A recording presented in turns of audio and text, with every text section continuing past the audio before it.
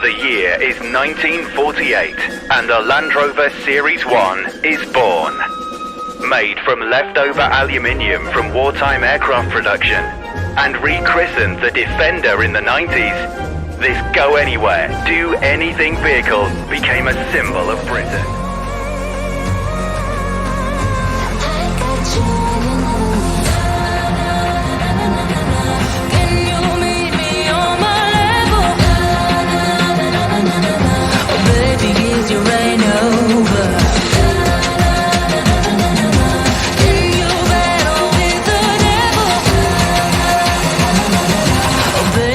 The game over.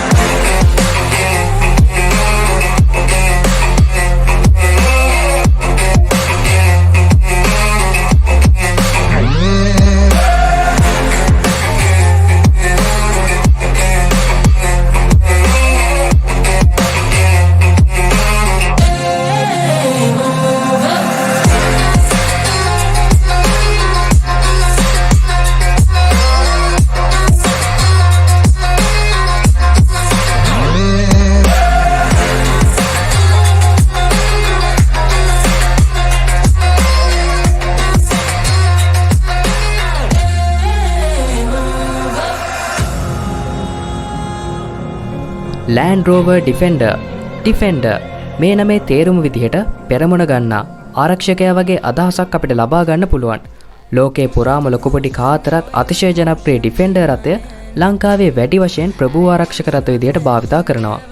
මගතොටේදී Defender එකක් දැක්කොත් වාහන වලට ආදරය කරන කෙනෙක්ට ඉබේම හැරලා බලන වාහනයක් විදිහට Defender එක හඳුන්වන්න පුළුවන්. මේ වාහන ලෝකයේ පෙරලිකාරයාගේ අතීතයේ ඉඳන් අද අපේ කතා බහ ආරම්භ කරමු. वर्ष 1948 රෝවර් සමාගම ආරම්භ වුණා. මොරිස් විල්ස් නිර්මාණය කරපු ඕනෑම තැනක ගමන් කරන්න පුළුවන් වාහනයක් කාතරත් ජනප්‍රිය වුණා. මේ ප්‍රොඩක්ෂන් එක HUE 166 විදිහට පටන් අරන් සීරීස් 1 2 3 විදිහට සාර්ථක ගමනක නිරත වුණා. මේ පරම්පරාව ඩිෆෙන්ඩර් රථවල මුතුන් මිත්තන් විදිහට අපිට හඳුන්වන්න පුළුවන්. 80 දශකයේ අගභාගය වෙනකොට ඩිෆෙන්ඩර් නමින් මේ වාහන ලෝකයට නව මුහුණුවරක් එකතු කරන්නට සමත් වෙනවා. රෝවර් සමාගම ආරම්භ කළත් බ්‍රිටිෂ් ලේලන්ඩ් ජගුවා වගේම ෆෝඩ් කම්පැනි එක යටතේ ඩිෆෙන්ඩර් එක නිර්මාණය වෙනවා. මේ වෙනකොට ලෑන්ඩ් රෝවර් අයිති ජගුවා සමාගමට. ඒ කියන්නේ ටාටා මෝටර්ස්ට තමයි ඩිෆෙන්ඩර් එකේ නියම හිමිකාරීත්වය තියෙන්නේ. රතන් ටාටා ෆෝඩ් කම්පැනි එකත් එක්ක තිබිච්ච පොඩි ආරවුලක් නිසා තමයි මේ සමාගම මිලදී ගන්න පෙළඹෙන්නේ. ඒ දේවල් කොහොම වුණත් ඩිෆෙන්ඩර් ජගුවා වල ප්‍රොඩක්ෂන් ක්වොලිටි එක ඒ විදිහටම පවත්වා ගන්න රතන් ටාටා කටයුතු කළා. ලංකාවේ පාරවල් වල අපිට ගොඩක් ඩිෆෙන්ඩර් රථ දැන් දැක්ක ගන්න පුළුවන්. සමහරක් ඩිෆෙන්ඩර් රථවල නම්බර් එක ගොඩක් පරණයි. ඒත් වාහනේ පෙනුම අලුත් වාහනයක වගේම තියෙනවා. මේක තමයි Land Rover Defender වල තියෙන විශේෂත්වය. Land Rover Defender වගේම සීරීස් රථවල ෆ්‍රන්ට් වීව් එක බොහෝ දුරට සමානයි. ගොඩක් පරණ Defender එකක් වුණත් අලුත් වාහනයක් වගේ අප්ඩේට් කරන්න පුළුවන්. මේ දේ තමයි මේ වාහනවල තියෙන විශේෂම දේ. ඒ වගේම දෑන් මවුන්ට් කරන පාර්ට්ස් වලින් මේ වාහනේ මිල තවත් වැඩි වෙන බවත් අපි මතකයේ තබා ගත යුතු කරුණක්. Defender යක්කෝ කියලානේ සාමාන්‍යයෙන් කියන්නේ. දැන් තියෙන ගොඩක් SUVs වල ෆ්‍රන්ට් වීව් එක හරිම ලාමකයි. හැබැයි Defender එකේ මුහුණ ගොඩක් සිම්පල් ඒත් යුනික් ඩිසයින් එකක් කියන්න පුළුවන්. මේ Defender ලුක් එක ගන්න ගොඩක් අය box type shell වගේම දෑන් මවුන්ට් කරන්න පුළුවන් LED headlights භාවිතා කරනවා. මේ වාහනේ signal lights වගේම headlights LED දෑන් මවුන්ට් කරන්න පුළුවන්. shell එකේ Land Rover ලගේ යුනික් patch එකත් shell එකට උඩින් Defender කියන brand name එකත් ගොඩක් ප්‍රවුඩවත් විදියට සඳහන් කරලා තියෙනවා. bonnet එක ගැන කතා කරොත් දෙපැත්තේ checker plates දෙකක් දැක් ගන්න පුළුවන්. ඉතින් off road වගේම camping වලට යද්දී කැලෑවල ගමන් බිමන් කරද්දී checker plates අපිට විවිධ විදිහට ප්‍රයෝජනවත් වෙනවා. මේකේ උඩ වාඩි වෙලා ඉඳ ගන්න, එහෙම නැත්නම් එන්ජින් එකේ ප්‍රශ්නයක් වුණොත් මේ ප්ලේට් උඩ නැගලා අපිට එන්ජින් එක හදා ගන්නත් මේවා භාවිතා කරන්න පුළුවන්. මේ Defender එකේ එන්ජින් එක ගැන කතා කරොත් Puma 110 2.4 litre TD 4 cylinder engine එකක් තමයි තියෙන්නේ. brake horsepower එක 121ක්. ඒ වගේම RPM එක 2000 දී නිව්ටන් මීටර් 370ක ටෝක් එකක් ලබා දෙන්නත් මේ එන්ජින් එකට පුළුවන්. මේ වාහනේ 4 wheel drive system එකක් තියෙන්නේ. ඒ වගේම manual transmission එකක් අපිට දැක් ගන්න පුළුවන්. side view එකේ විශේෂයෙන්ම කැපිලා පේන දෙයක් තමයි dan mounted mud tire set එක. ඒ නිසා වාහනේ tough ගතිය තවත් හොඳට වැඩි වෙලා පේනවා. fend එකේ signal light එකක් තියෙනවා. ඒ වගේම Defender එකේ දකුණු අත පැත්තේ air intake එක ගන්න කවුල් එක තියෙනවා. මේකට dan mount කරපු snooker එකක් fix කරලා තියෙන්නේ. මේ නිසා අපිට වාහනේ ටිකක් වැඩි ගැඹුරක ධාවනය කරන්න පුළුවන්. ඒ වගේම එන්ජින් එකට පාරේ තියෙන කුණු දූවිලි වගේ දේවල් ඇදලා ගන්න එකත් මේ ස්නූකර් එක නිසා අඩු වෙනවා. ඕනෑම වාහනයක වාහනේ දොරයි බොඩි එකයි එකට සම්බන්ධ කරන කොටස් ඒ වගේම නට් බෝල්ට්ස් හංගලා තමයි ඩිසයින් කරන්නේ. ඒත් Land Rover Defender කියන්නේ වෙනස්ම විදිහේ කල්චර් එකක්. මේ වාහනේ රෆ් ගතිය වැඩි වෙන්න නට් බෝල්ට්ස් පවා එළියට පේන විදිහට ඉතාමත්ම සිත් ගන්නා සුළු ආකාරයෙන් ඩිසයින් කරලා තියෙනවා. මේ වාහනේ හැන්ඩල්ස් ගැන කතා කරොත් බටන් එකක් ප්‍රෙස් කළා තමයි දොර ඕපන් කරන්න පුළුවන්. ඒ වගේම පිටිපස්සේ ෆොයිල් ටැංක් එකේ මවුත් එකත් සාමාන්‍ය වාහනයක දකින්නට වඩා වෙනස් විදිහට ඩිසයින් කරලා තියෙනවා. ඉතින් මේ හැම දෙයත් එක්කම Land Rover Defender එකේ යුනික් දේවල් ගොඩක් අපිට දැක් ගන්න පුළුවන්. third row seats වල ඉන්න අයට ස්ලයිඩ් කරන්න පුළුවන් windows ලබා දීලා තියෙනවා. ඊළඟට rear view එකට ආවම කැපෙලා පේන දෙයක් තමයි මේ පිටිපස්සේ තියෙන spare wheel එක. Land Rover series model වල bonnet එක උඩ තමයි මේ spare wheel එක mount කරලා තිබ්බේ. හැබැයි Defender වලට එනකොට පිටිපස්සේ දොරේ තමයි මේක දැක් ගන්න පුළුවන්. ගොඩක් simple light design එකක් ඉස්සරහා වගේම පිටිපස්සෙත් අපිට දැක් ගන්න පුළුවන්. Land Rover brand name එකත් ගොඩක් අභිමානවත් විදිහට සඳහන් කරලා තියෙනවා. ගොඩක් හොඳ torque එකකුත් මේ වාහනේ තෑන් mount කරලා තියෙනවා. Defender එකේ driver position එක කොහොමද කියලා මේ වාහනේ දැකලා බලමු. ඉතින් අපිට මේ වාහනේ නගිද්දි මේ හැන්ඩල්ස් එක top wheels එකට ගලපෙන off road feel එක අපිට හොඳටම දැනෙන විදිහට පාවිච්චි කරලා තියෙනවා. මේක හොඳ පොඩි step back තියෙනවා. අපි නැගලා බලමු මේ වාහනේ driving position එක මොන වගේද කියලා.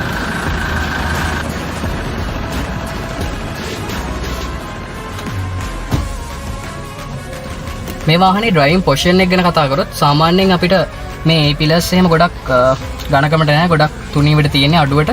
ඉතින් අපේ driving position එක හොඳයි. අපිට මුළු වාහනේ වටේම පේනවා.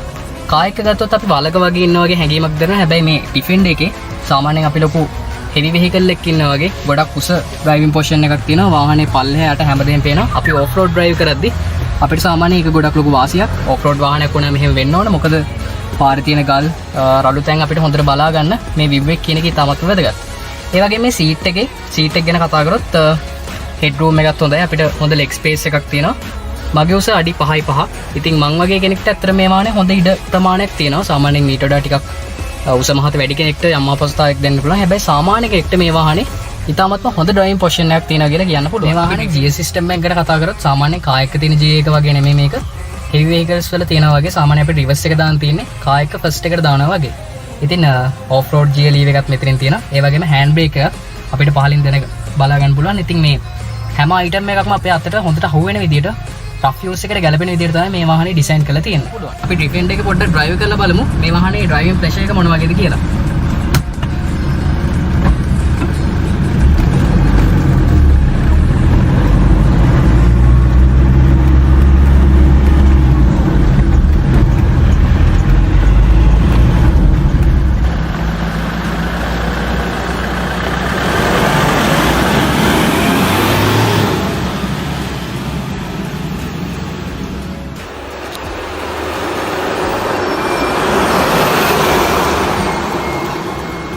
ඉතින් ඇත්තට මේ වාහනේ හොඳ driving pressure එකක් තියෙනවා කියලා කියන්න පුළුවන්.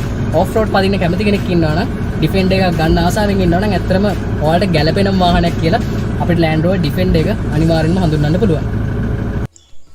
ඩෑෂ්බෝඩ් එක රෆ් යූස් එකට ගැලපෙන්න hard plastic වලින් design කරලා තියෙනවා.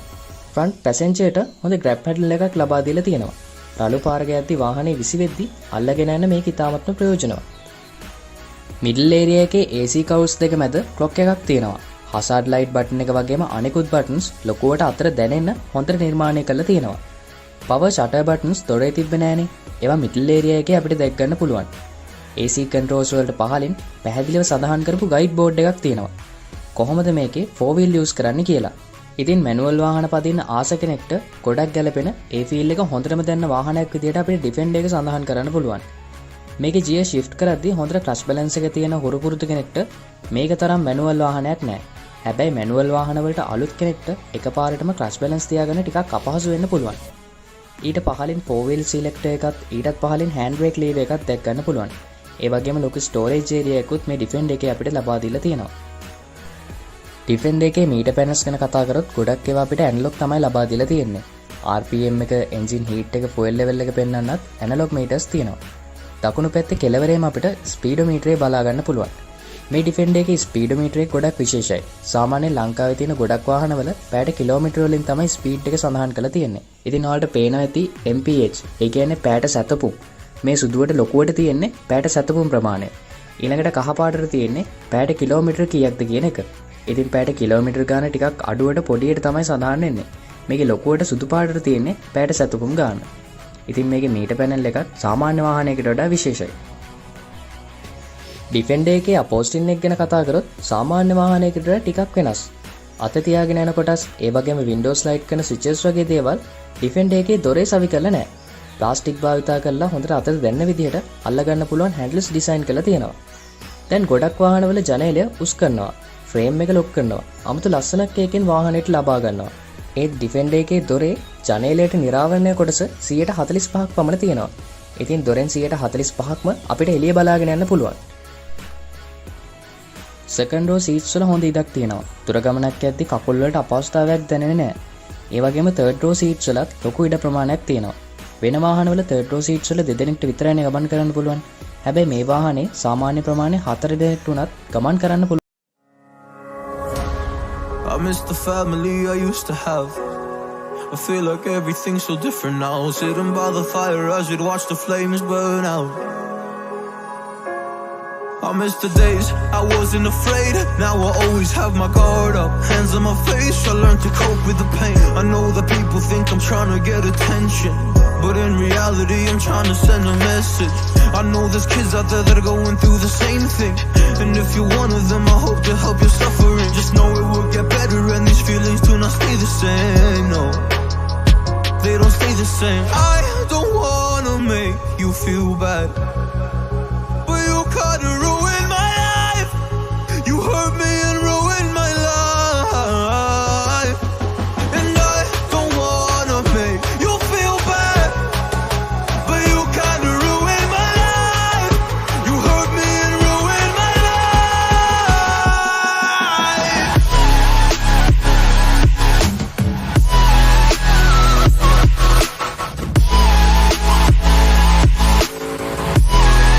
You hurt me and ruined my life.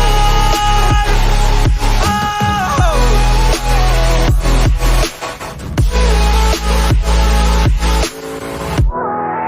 You hurt me and ruined my life.